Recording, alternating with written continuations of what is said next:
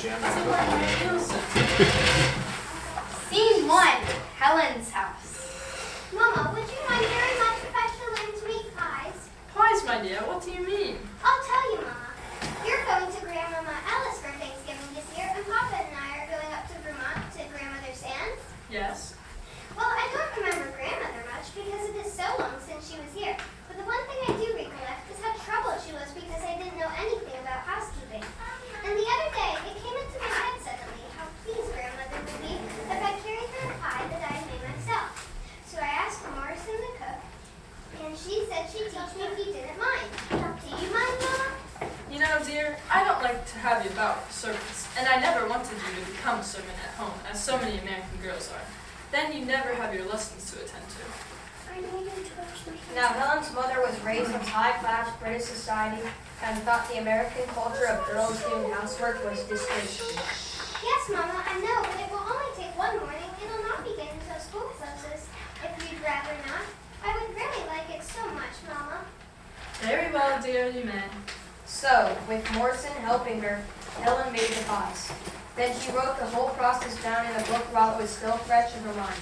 And she was glad afterwards that she had done so, as you will see. Scene 2, the journey to Vermont. That same afternoon, Helen's mother went to Philadelphia, and Helen and her father started for their journey to Vermont. They brought along with them 2 suitcases and a large hamper full of nice things for grandmother. Helen brought along the pies, which were in a basket which she carried. Then they went to the train station where they would leave. Bless me, how blustery it is. It looks as though it were going to snow. Why, Papa, it is snowing. It will only be a squall. Up here near the mountains, there's no calculating on whether it might stop in half an hour or it might go on all night. When they reached the Sean, their stopping point, the ground was solid white. The wind, too, had risen and was drifting the snow in all directions. The train could not go any further, but Helen and her father wanted to make it to grandmother's house for Thanksgiving, which was the next day. So they set off in a wagon pulled by a horse on the 14-mile journey. The snow got worse, and Mr. Sands saw a house up ahead.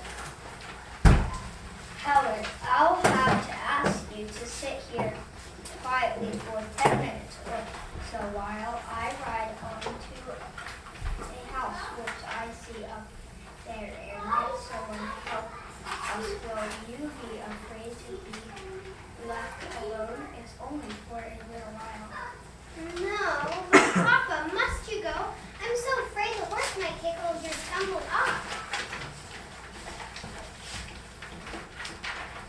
Never fear, I really must go. Helen, it's our only chance of getting out of this scrape. Promise me to sit perfectly until and on no account to leave the wagon. All right, Papa.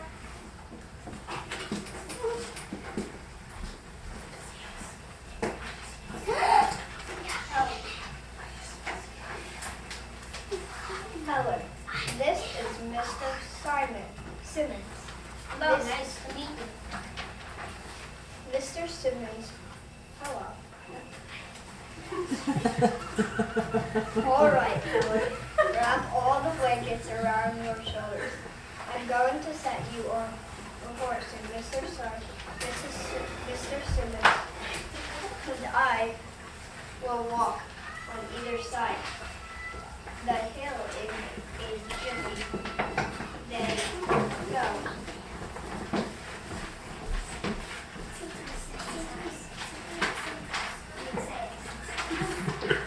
Scene 3, the Simmons house.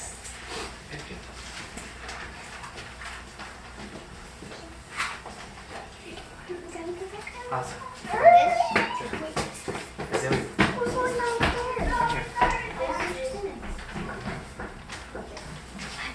This is Mrs. Simmons. She is kind to let us stay here.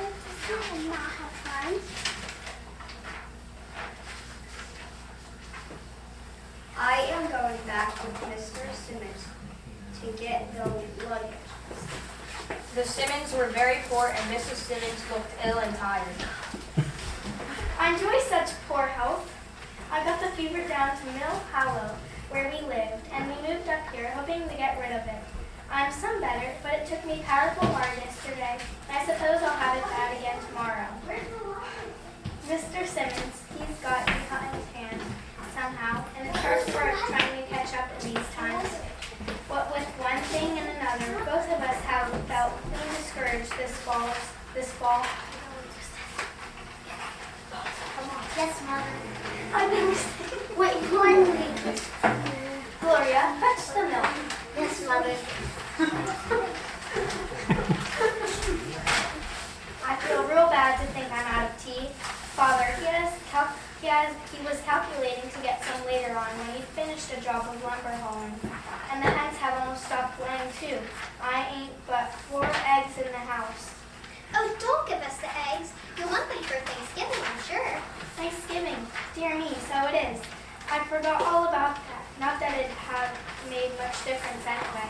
You can't make something out of nothing, and that's about what we've come to. I've got a pie. Then she realized that the basket of pies must have fallen when Papa lifted her on the horse. Mr. Sands and Mr. Simmons came back, and they all went to bed. The next morning, Ellen rushed to the window and peeked out, but to her dismay, the snow was still falling. Oh dear, we shall have to stay in this forlorn place another day, I'm afraid. If it seems so hard for me to spend one day here, what must it be like to live here always? It did look forlorn when Helen went downstairs. The kitchen looked so bare. Ellen noticed 2 small children who were hiding behind their mother, Mrs. Simmons. They were very shy, but by the time breakfast was over, they had become good friends. Helen had also become good friends with Gloria, who was her age. Now I'm going to propose a plan. You shall go to bed, Mrs. Simmons. I'm sure you ought to be there at this moment. And Gloria and I will wash the dishes and we will cook Thanksgiving dinner. Oh dear, there ain't nothing worth cooking. Do you think you could roast a turkey, do you think? There ain't no turkey to be roasted. Yes, but could you if there were? Because I think there's one in the hamper. Papa and I know Grandmother would let us have one if she knew. Why, of course. She would use everything in the hamper if you, like grandmother, would not object. Helen produced her recipe book. Now I'm going to show you how to make a pie. So soon, Thanksgiving dinner was ready and everyone dug in hungrily. The pies turned out very good, which Helen was very pleased about. It was when the last nicely washed plate was set away on the dresser when the clock struck 3. Suddenly, Helen saw the blue sky out the window. Papa, it has cleared up. I do believe we shall go to Grandmother's after all tonight. Scene 4, at Grandmother's. And so they did. With many warm goodbyes, Things are gone. from the whole family they drove off. Just at sunset, they reached Grandmother's house. Grandmother, I'm so glad to see you. Grandmother. And so they spent Thanksgiving afternoon with Grandmother and had a great time. For don't you see, Papa, we had all